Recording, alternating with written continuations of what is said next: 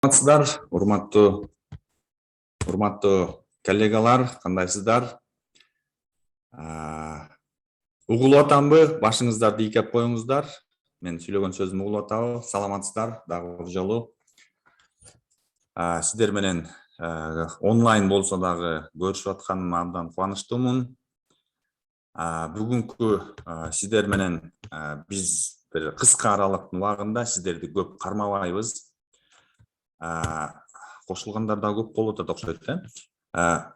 Кармабайбыз көп убакыт. Жана конкурс боюнча бизге телефон чалуулар көп болуп атат. Бул кандай, тигил кандай, буга эмнени жөнөтөбүз, кантип жөнөтөбүз, электрондук почта менен жөнөтөбүзбү, же өзүбүз алып барып беребизби, протоколду кантебиз, оригинал керекпи же копиясы керекпи деген маселелер көп болуп атат.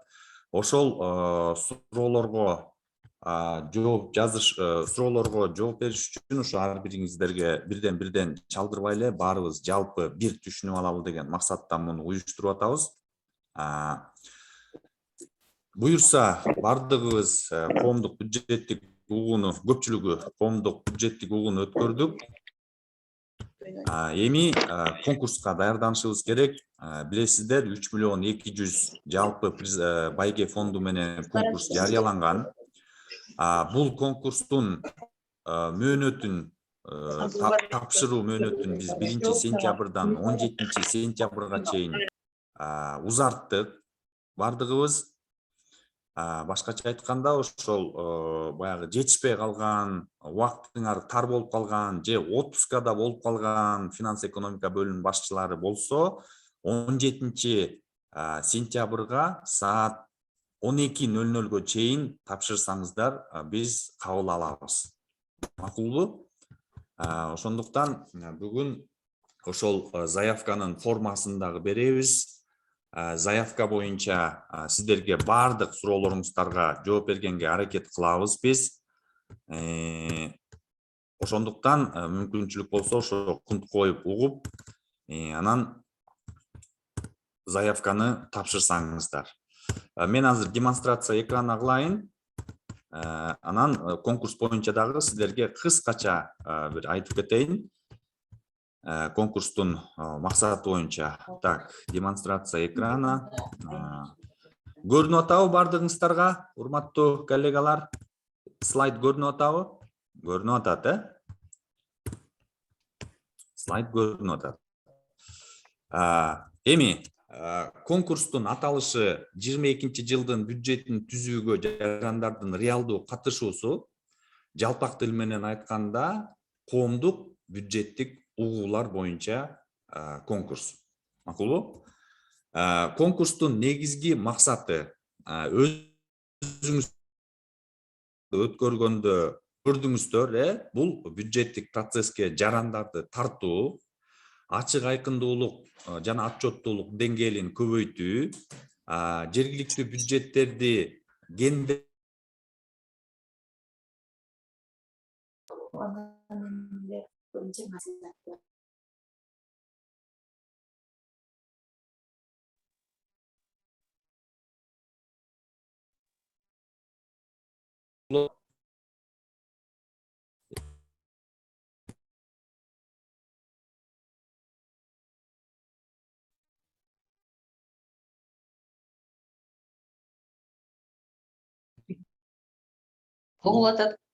Айтабы. Üzülü oldu.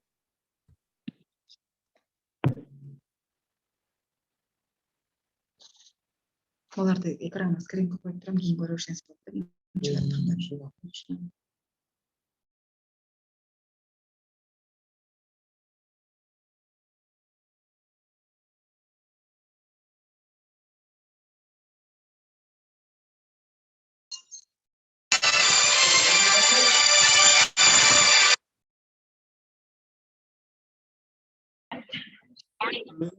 Урматтуу коллегалар, башыңыздарды ийкеп койсоңуздар, угулдубу?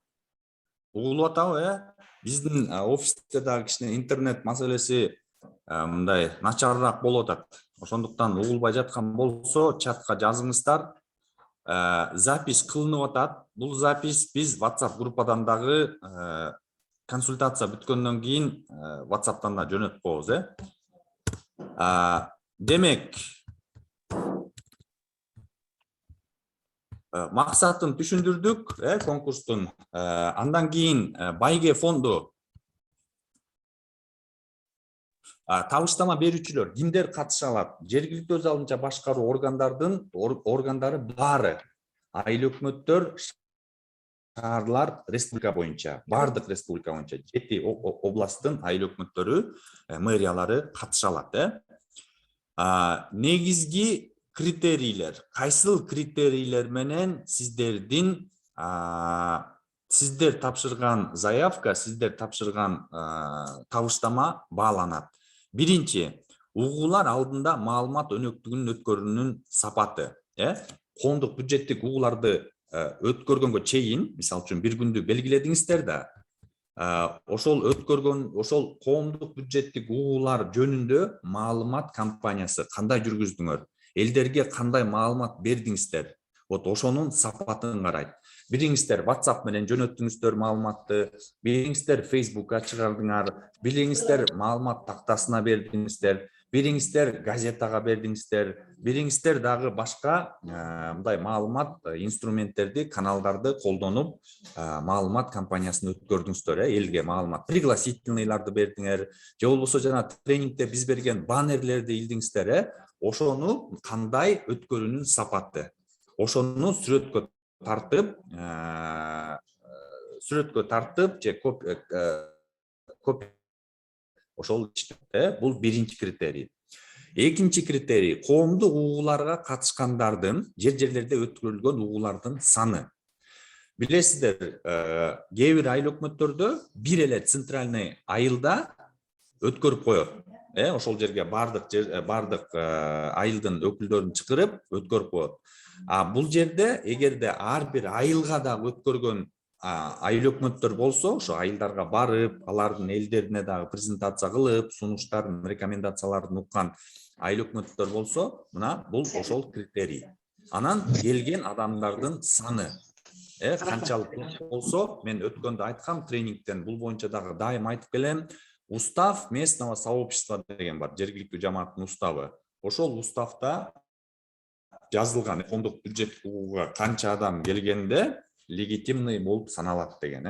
Ошону карап көрөсүздөр. Бул экинчи критерий. Үчүнчү критерий бул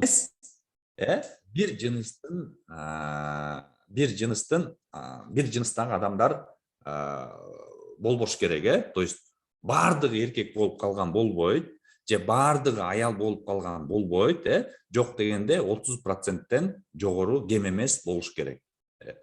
Андан кийин бюджеттин долбоору боюнча жарандык бюджетти веб багытындагы тиркемени түзүү. Бул боюнча дагы сиздерге гендер жарандык бюджет боюнча тренингтерди өткөргөнбүз, Минфин менен билесиздер, ошону түзүшүңүздөр керек. Ошону эле баягы экрандан скрин кылып туруп эле, сүрөткө тартып туруп эле, аны дагы жөнөтүп койсоңуздар, документке тиркеп койсоңуздар болот. Бул төртүнчү критерий. Бешинчи критерий презентациялар, таратып берме материалдар. Эми коомдук бюджеттик угууларды өткөргөндө сөзсүз түрдө баягы презентация кыласыздар, слайдтарга чыгарып алып, ошол презентацияңар кандай маалымат элдер отурганда, залга киргенде кандай маалымат бердиңиздер, ошол тууралуу ошол боюнча дагы сиздер копиясын чыгарып берсеңиздер болот. Бул бешинчи критерий. Алтынчы критерий. Бюджеттин долбоору ошо иштелип чыгып жатканда сиздерге, мисалы үчүн, элдерден заявкалар түшөт, мына тигини оңдоп бер, бул жолду оңдоп бер деген. Андан тышкары силердин дагы өзүңөрдүн инструментиңер болуш керек. Совместное изучение нужд села деп атпайбы? Мисалы үчүн, элдин көйгөйлөрүн кантип чогулттуңар? Бюджеттин долбоорун түзүүгө, ошол боюнча маалымат. Андан кийин жетинчи, бул ошол гендер маселеси, аялдардын же мүмкүнчүлүгү чектелген адамдардын муктаждыктары эске алындыбы бюджетке? Мисалы үчүн, таза суу маселеси болушу мүмкүн, же болбосо иш кылып аялдарга тиешелүү кандай нерселер бюджетке каралды, ошол. Бюджет долбоорун түзгөндө стратегиялык документтердин чагылдырылышы. Бардык эле айыл өкмөттөрдө стратегиялык документ бар. Аны сиздер түзгөнсүздөр, алар бар. Бирөөңүздөрдө ал стратегический план деп аталат, бирөөңүздөрдө план развития деп аталат, бирөөңүздөрдө дорожный карта деп жүрөт даже, бирөөңүздөрдө дагы башка аталышта ПСД деп жүрөт, бирөөңүздөрдө социалдык экономикалык өнүгүү программасы деп жүрөт.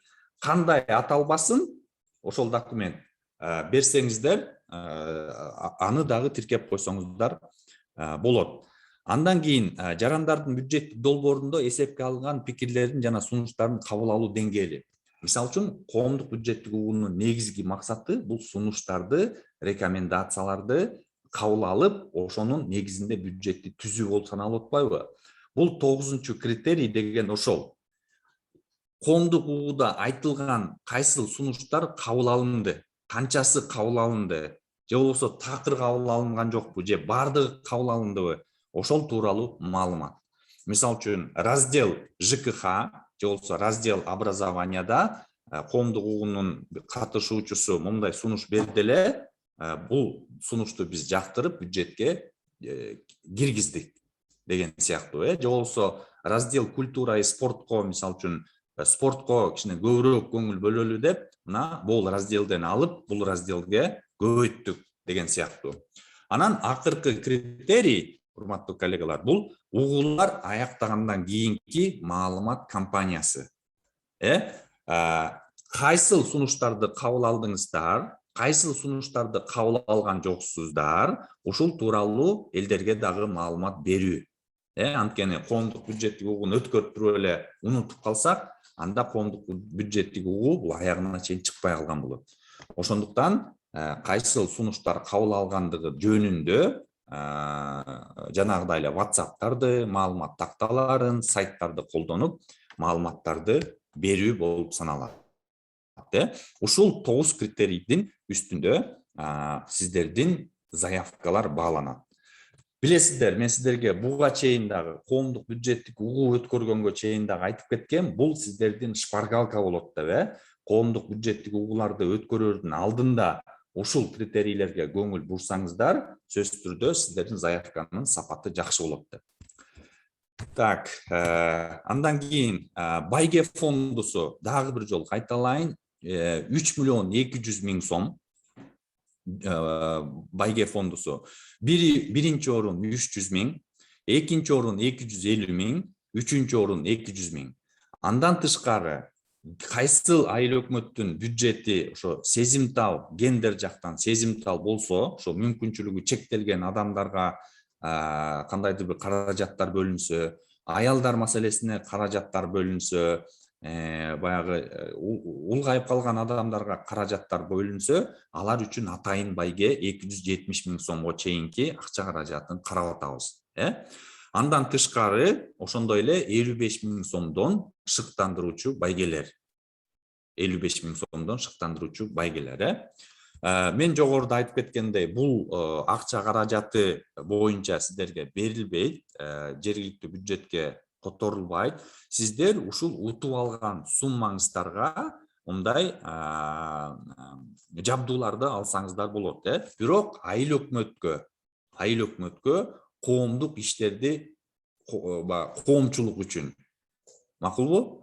Бир эки жерден заявка түштү, неправительственный организациядан. Биз өткөрүп утуп алып, анан призыбызды өзүбүз иштетелик дедик элек деген. Андай болбойт. Айыл өкмөттүн атынан түшөт бул заявка, НПОнун эмес, айыл өкмөттүн атынан түшөт.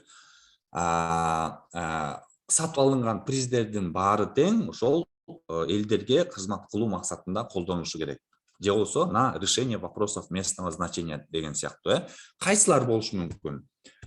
Мисалы, компьютерлер, принтерлер, модемдер, фотоаппараттар, проекторлар, экрандар деген сыяктуу. Ошо коомдук иш-чараны өткөргөнгө, же болбосо айыл өкмөттүн кызматкерлерин элдерге кызмат көрсөтүүнү жакшыртууга алса болот. Андан кийин коомдук иш-чараны өткөргөнгө колонкаларды алсаңыздар болот, микрофондорду алсаңыздар болот, коомчулукка маалымат берүү системаларын алсаңыздар болот, жана рупорларды алсаңыздар болот. муниципалдык мекемелерге, бала бакчаларга, мектептерге ар кандай коомдук иш чараларды өткөргөнгө жабдууларды, эмеректерди алсаңыздар болот буга. Анан дагы бир жолу айтып койчу нерсе, ошол өткөндө баягы конкурста дагы бир заявкалар түшкөндө айыл өкмөттүн главасына кресло кожаный алынса эле 20-25 миң сом экен. Ал бир эле адамга кызмат кылып атпайбы айыл өкмөттүн главасына же ФЭП башчысына, же болбосо тиги айыл өкмөттүн кабинетине кондиционер дешиптир да. Ал бир эле адамдын баягы эмесин чечип атат да, маселесинчи. Ошондуктан ушундай товарлардан кичине алысыраак болсок, ол элдерге көбүрөөк пайда алып келген жабдууларды алсак жакшы болот. Конкурстук комиссия бүгүнкү күндө 5 адамдан турат. Ар бир келген заявкага биз коддорду коебуз.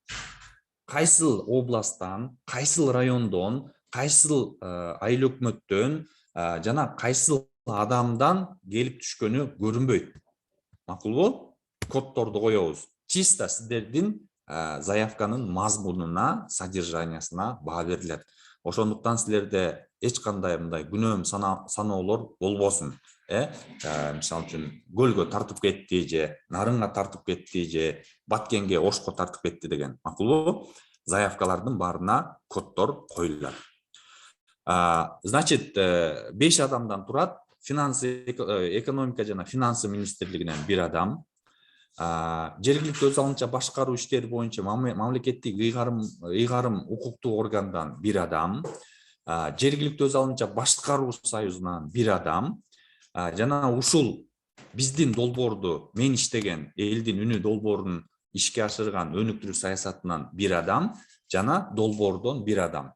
5 негизги 5 конкурсный комиссия сиздердин карап чыгат.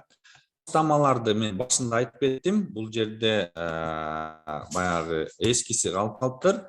Табыштамаларды биз сиздерге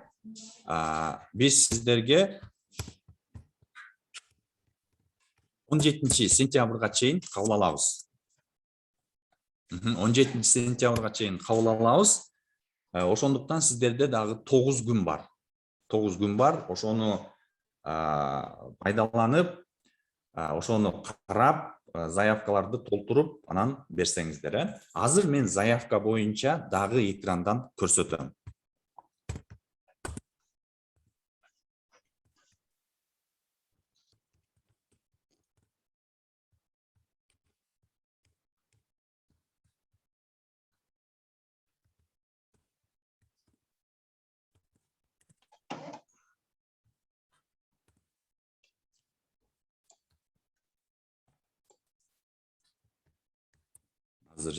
Так, Красная речка, колуңуздар көтөрүлүп турат, суроолор барбы? Суроолорду аягында берели, бардыгыбыз, азыр жыйынтыктап алалы, бардык эмелерди, айтчу нерселерди. Андан кийин суроолоруңуздарга, барыңыздарга жооп берем. Бул заявканы биз барыңыздарга жөнөткөнбүз. Дагы бир жолу ушул консультациядан кийин WhatsApp'тан жөнөтүп коем. WhatsApp'тан сиздер алып тапшырсаңыздар болот. 2 тилде жөнөтүп. Анан айта кетчү нерсе, 2 тилде тең толтуруунун кажети жок. Сиздер кайсыл тил ыңгайлуу болсо, ошол гана тилде толтурасыздар. Бир гана тилде, же кыргызча, же орусча тилинде. Макулбу? Кээ бирлөр 2 тилде бергендер болот атат заявканы. Кереги жок, бул бир сыйра дагы окуп таанышып чыгасыздар. Мен айткандар эле бардыгы бул жерде таанышып чыгасыздар. Андан кийин заявка бүткөндөн кийин мына мондай форма башталат. Көрдүңүздөрбү?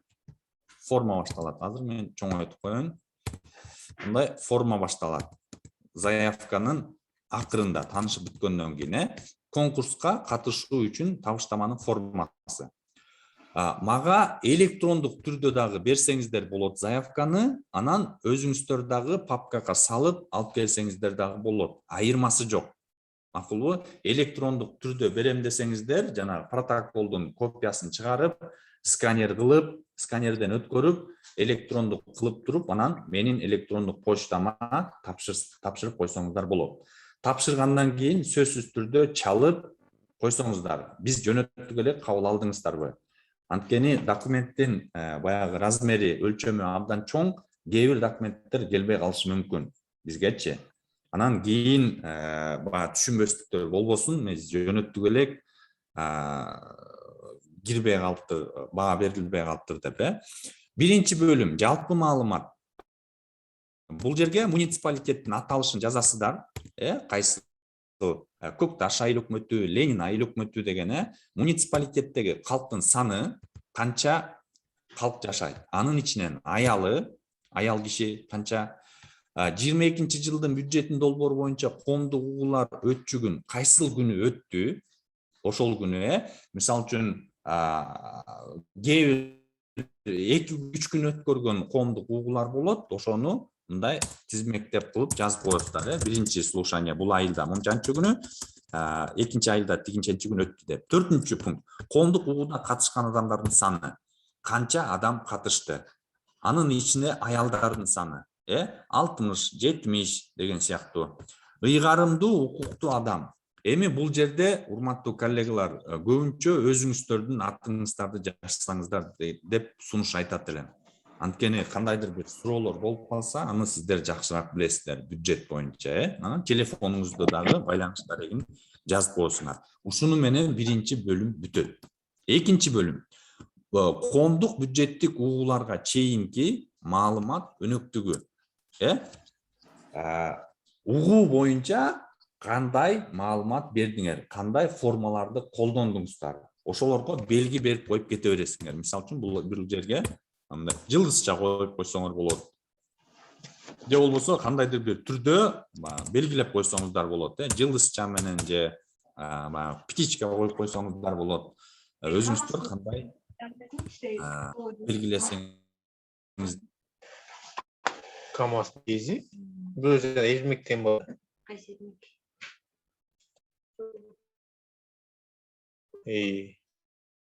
Ошо КамАЗ.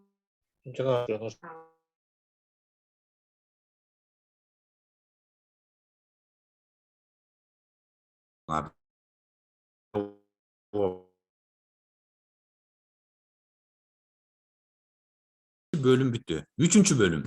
Бюджеттин долбооруна жарандардын чыныгы таасир этүүсүн камсыздоо. Бул абдан маанилүү бөлүм, урматтуу коллегалар. 3-чү бөлүмдө кандай сунуштар түштү? Ошол коомдук бюджеттик угууларда. Макулбу? Анан сунуштар түшүп. Буну өткөрүш керек.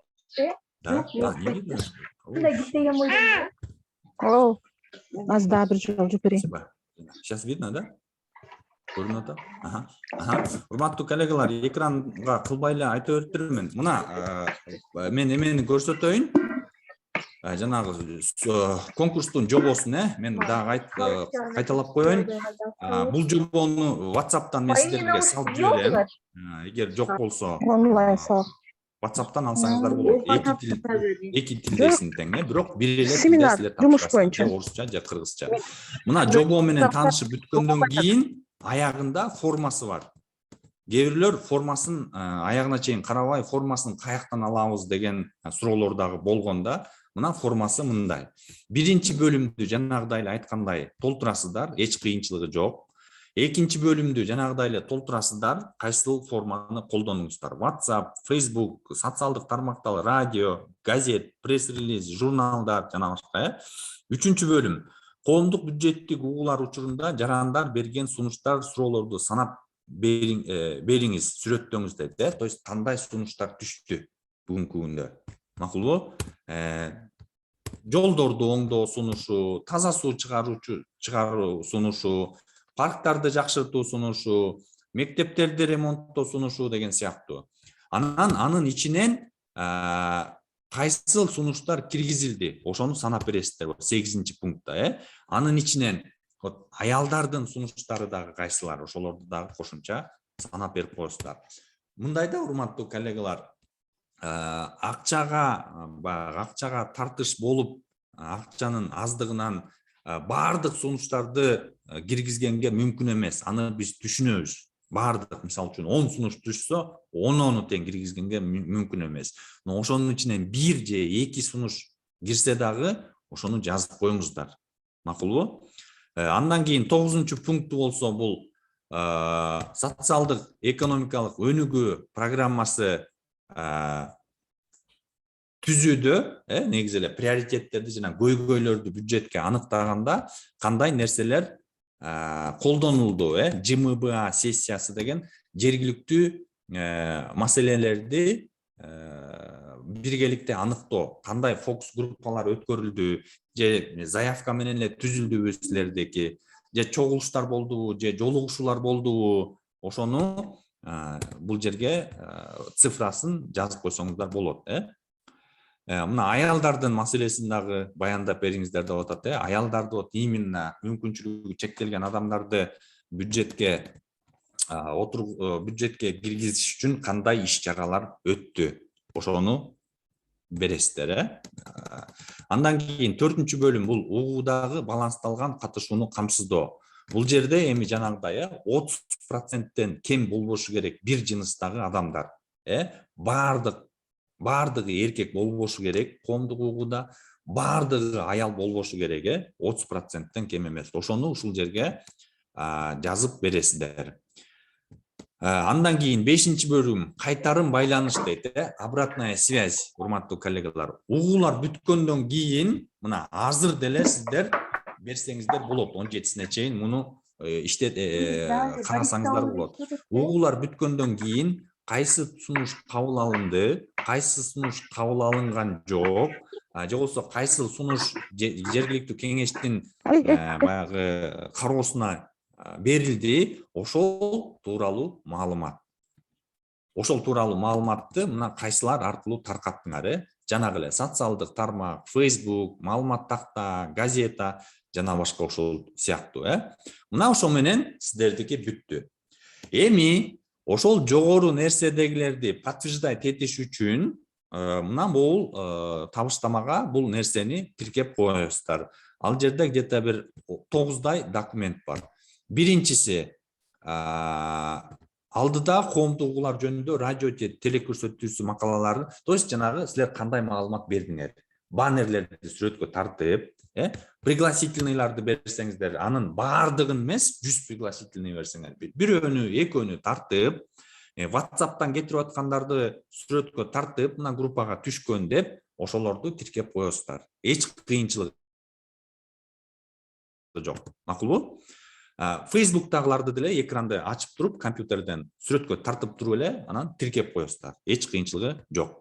Протоколдун көчүрмөсү, оригиналдын кереги жок. Оригинал силерде калат. Муну деле протоколуңар эми көп деле барак эмес да, бир ашып кетсе 3 барак болор же 4 барак болор, ошону копиядан чыгарып туруп эле бизге копиясы эле жетиштүү.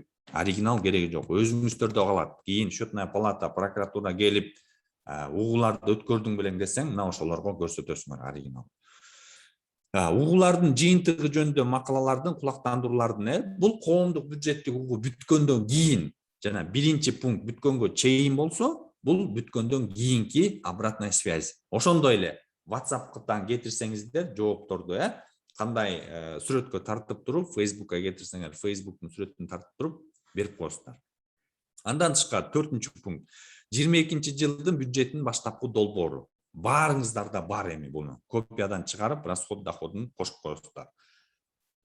Коомдук угуулардын натыйжасында киргизилген өзгөрүүлөр көрсөтүлгөн 22-жылга бюджеттин долбоору.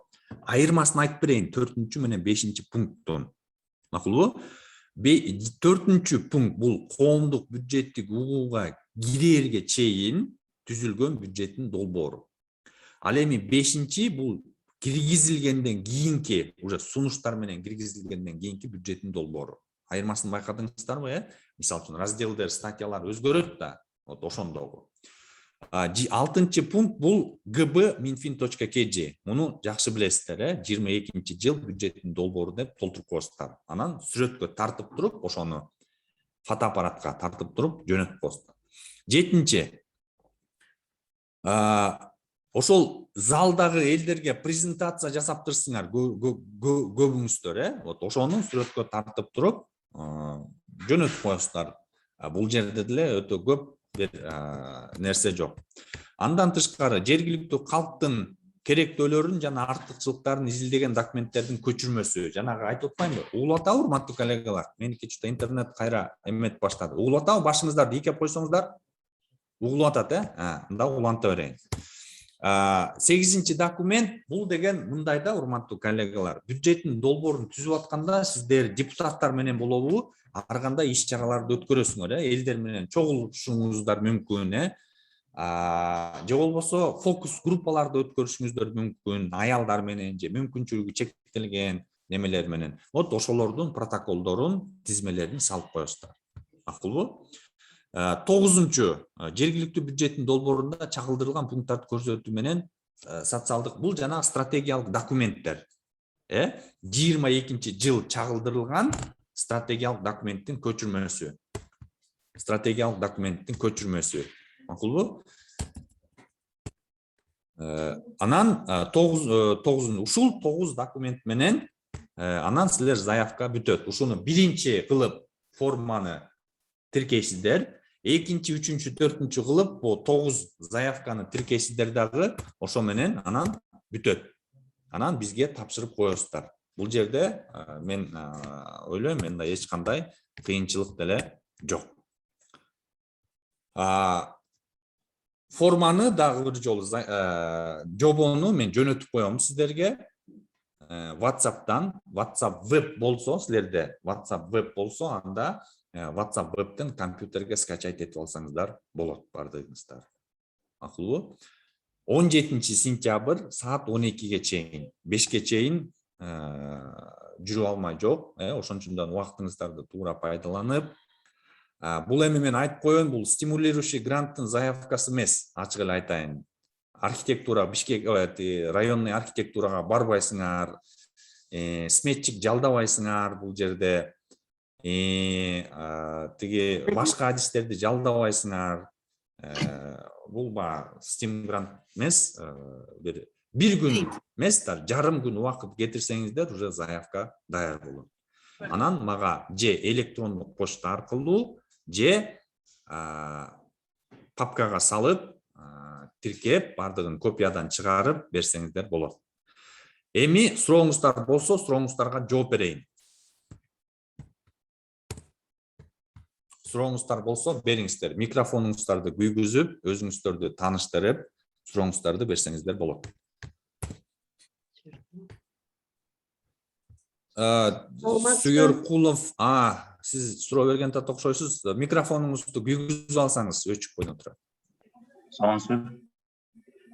Суроо берсек болобу?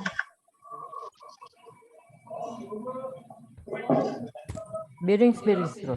Бере бериңиздер. Сурооңуздар болсо бериңиздер. Тартынбай эле бериңиздер. Азыр запись болду да. Вообще күтпөйм. Ошо записти алсак болобу? Меники болбой атат, берилип атат. Урматтуу катышуучулар, запись болуп атат. Азыр даже бул суроо бергениңердин баары жазылып атат. Муну болсо бизде мыкты аймак порталыбыз бар, ошол жерге же болбосо YouTube биздин каналыбыз бар, Өнүктүрүү саясат институту, ошока жайгаштырабыз. Ошол жерден көрүп алсаңыздар болот. Саламатсызбы? Ссылкасын жөнөтүп коесуңар порталдын. Угуп атабыз. Эми биз заявканы кетирип бергенбиз да, кайра толуктоо кылып, кайра дагы жиберсе болобу же уже болот. Жок, болот. Ооба. Кетирип берсеңиздер болот, толуктап кайра жөнөтүп койсоңуздар болот. Абдан жакшы суроо, урматтуу. Менде азыр 9дай заявка жатат. 1 сентябрга чейин тапшырылган заявкалар булар. Эгерде бир нерсе унутуп калсаңыздар, же кичине сапаты начар болуп калса, убактыңыздар жетпей калса, заявкаңыздарды толуктап туруп, кайра 17-сине чейин жөнөтсөңүздөр болот. Азамат, саламатсыңарбы? Саламатчылык. Азамат, мен Тогуз-Тороо Каргал айыл өкмөтү. Менде 3 айыл бар болчу да, 2 айыл менен коомдугу өткөргөнбүз да, убагында эле июлдун 8-inde өткөргөнбүз. Анан азыр могу табыштаманын эмелерин жоболоруна карасак кишибиздин саны мындай азыраак өлчөмдө болгон турат да, анан бир 3-чү айылга барып дагы коомдук өткөрсөм болобу дейт. Тоодо болчу да 3-чү айыл. Эми азыр убактысы бүтүп калды, уже июнь, июль, август айыл 3 ай негизи берилген. Азыр кичине кечирээк болуп калды. Сиздер эми кандай болсо ошону тапшыра бериңиз. Кандай эметси өткөрүлсө тапшыра бериңиз. Ал эч кандай эмес. Рахмат. Суроолор барбы дагы?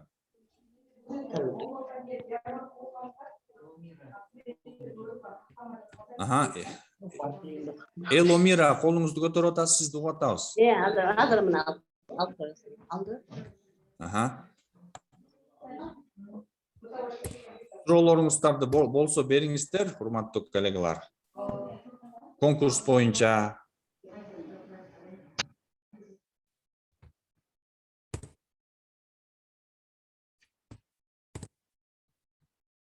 Суроолор. Суроо деле жок, Азамат мырза. Чоң рахмат, баары эле түшүнүктүү болду. Буюрса жазап кетиребиз, 17-сине чейин эле кетиребиз даже. Ооба, 17-син күтпөңүздөр, чын эле. 17-син күтпөй эле, даяр болгондо жазып бериңиздер.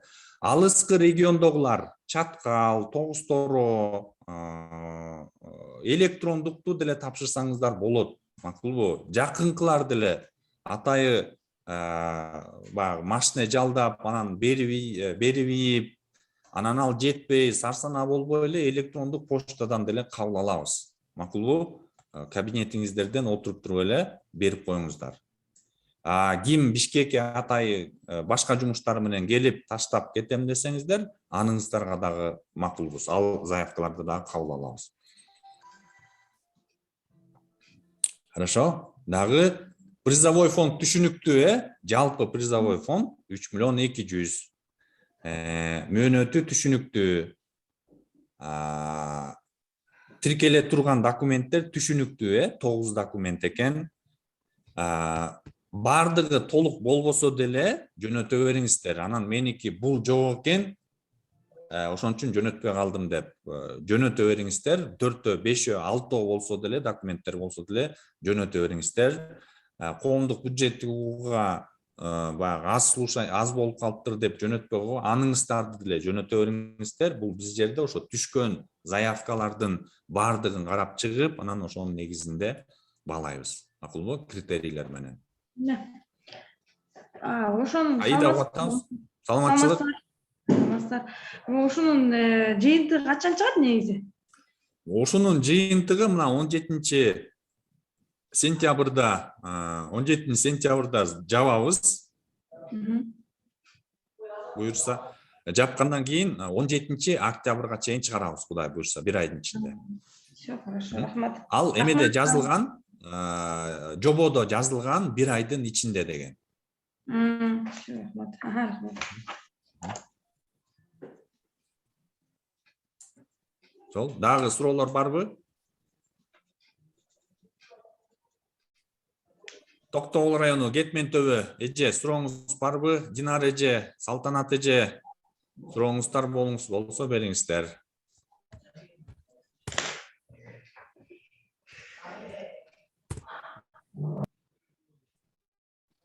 Саламатсызбы, Азамат? Саламатсызбы? Саламатсыздарбы? Атам. Саламатсыздарбы?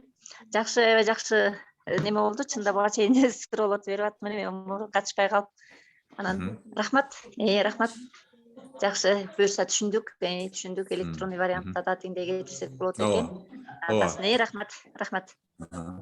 Заявканы азыр мен 2 табыштаманы жөнөтөм, дагы бир жолу экөөнү тең толтуруунун кажети жок. Убара болбоңуз экөөнү тең толтуруп, анан тиги протоколду орусча кылыш керек экен, анан протоколду кыргызчага которуш керек деген жок. Бир эле өзүңүздөр ыңгайлуу деп санаган тилде жөнөтүп коесуздар. Рахмат, сиздин өзүңүз, рахмат. Сиздин өзүңүзгө жана электрондуй почтаны кетирип коелук, Ооба, жазылган, ал эмеде жободо жазылган. Кимде жок болсо азыр мен жөнөтөм WhatsApp'тан, ошол жерде дагы жазылган. Хорошо? Чоң рахмат. Рахмат. Дагы суроолор барбы, урматтуу коллегалар?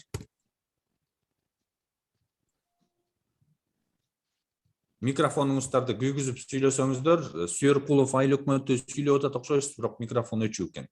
Жана слайдты бизге группага кетире аласызбы деп сурайын дегем. Кайсы слайдты? Сиз жана жогоруда көрсөтүп кеттиңиз го конкурстун критерийлери. Макул.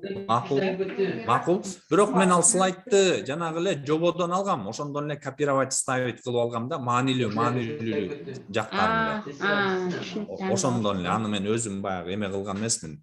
Маанилүү жактарын. Аны деле жөнөтүп коебуз. Рахмат. Курманбек Айыл өкмөтү суроо барбы?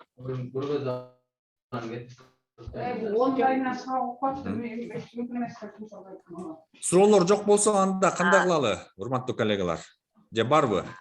Азамат, Бул заявканын немесин кетирип коебуз, Ооба, WhatsApp'тан кетирип коем, эки тилде. Ооба. Анан жана презентацияны да кетирип коем. Рахмат.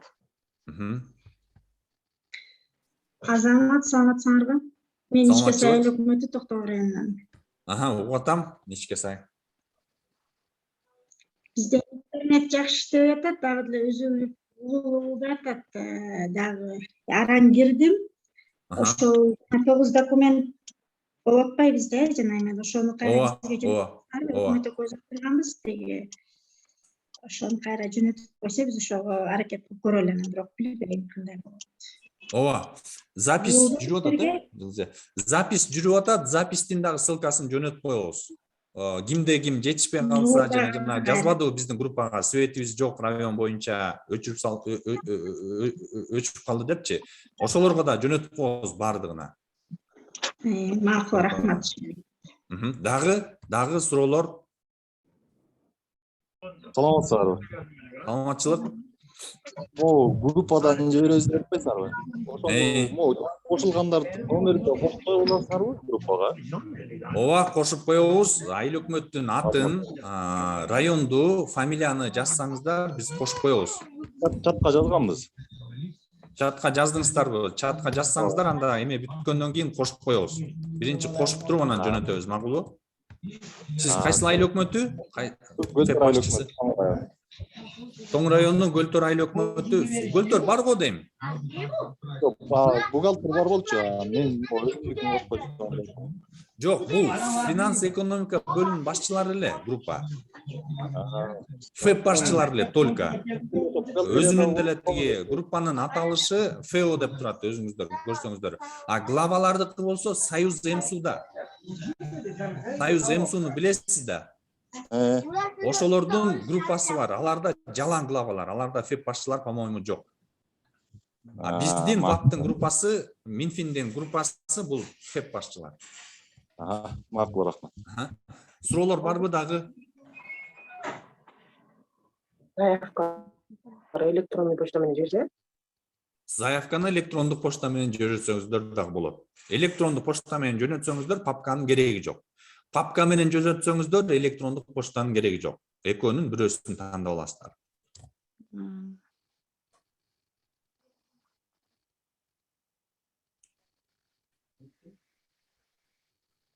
Жумабүй эже, сүйлөп атасызбы? Микрофонуңузду күйгүзүп коюңуз, эгер сурооңуз болсо. Өчүк бойдон сүйлөп атат окшойсуз.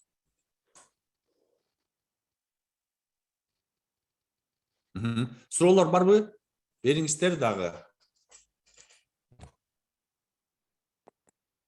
Азамат, заявканы бизге электронный почтага жөнөтөсүңөрбү? Жок, WhatsApp'ка сиздердин электрондук почта жок да баарыңыздардыкы. Мен WhatsApp'тан жөнөтөм, анан жана WhatsApp веб деп компьютерге чыгып атпайсыңарбы, установка. Ошондо бассаңыздар эле скачать этип берет сиздерге. Рахмат.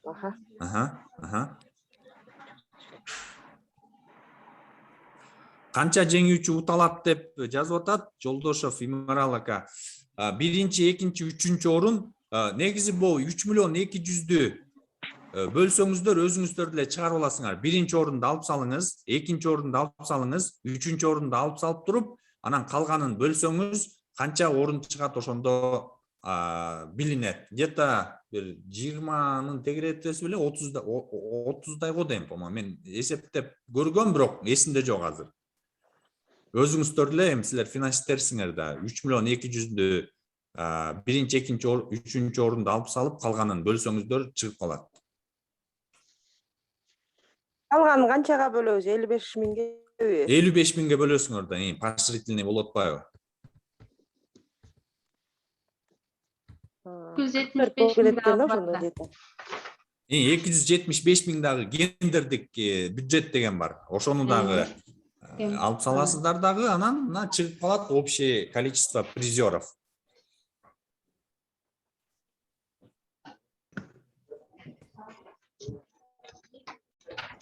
Жанагы заявканы кетирип аткан, кечирип коюңуз. Айта бериңиз. Заявканы кетирип атканда ошо мисалы үчүн утуп калсак ушуну алабыз деп жана проекттер же бир нерсе керек болуп атпайбы? Ошого жазып коюш керекпи? Жок, ал жерде мисалы үчүн, ал жерде заявкада, по-моему, утуп калсаңыз, ошондой пункт бар бекен? Сиздер утуп калсаңыздар, анан биз запрос жөнөтөбүз. Ушуга эмне аласыңар деп. Анткени биз бар эмете албайбыз да. Сиздер утуп 300 миң, биринчи орунду буюрса утсаңыз, анан 300 миңге жазып бериңиздер дейбиз, анан ошондо жазасыздар. Рахмат. Дагы Карабай айыл өкмөтү суроо барбы? Сезон жакшы эле болду. Суроолор болсо жооп берейин. Элиз эже, сурооңуз барбы? Найманбаева Элиз эже, сурооңуз барбы?